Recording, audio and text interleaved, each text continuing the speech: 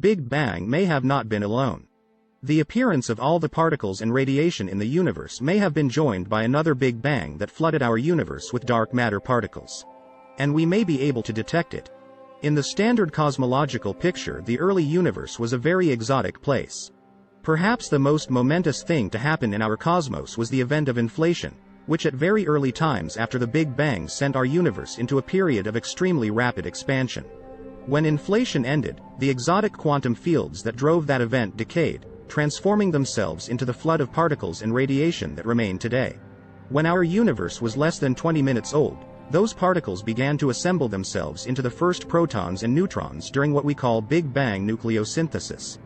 Big Bang nucleosynthesis is a pillar of modern cosmology, as the calculations behind it accurately predict the amount of hydrogen and helium in the cosmos. However, despite the success of our picture of the early universe, we still do not understand dark matter, which is the mysterious and invisible form of matter that takes up the vast majority of mass in the cosmos.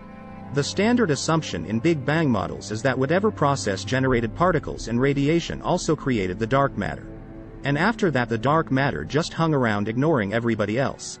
But a team of researchers have proposed a new idea. They argue that our inflation and Big Bang nucleosynthesis eras were not alone. Dark matter may have evolved along a completely separate trajectory. In this scenario, when inflation ended, it still flooded the universe with particles and radiation. But not dark matter. Instead, there was some quantum field remaining that did not decay away. As the universe expanded and cooled, that extra quantum field did eventually transform itself, triggering the formation of dark matter. The advantage of this approach is that it decouples the evolution of dark matter from normal matter, so that Big Bang nucleosynthesis can proceed as we currently understand it while the dark matter evolves along a separate track. This approach also opens up avenues to explore a rich variety of theoretical models of dark matter, because now that it has a separate evolutionary track, it's easier to keep track of in the calculations to see how it might compare to observations. For example, the team behind the paper were able to determine that if there was a so-called dark Big Bang, it had to happen when our universe was less than 1 month old. The research also found that the appearance of a dark Big Bang released a very unique signature of strong gravitational waves that would persist into the present-day universe. Ongoing experiments like pulsar timing arrays should be able to detect these gravitational waves, if they exist.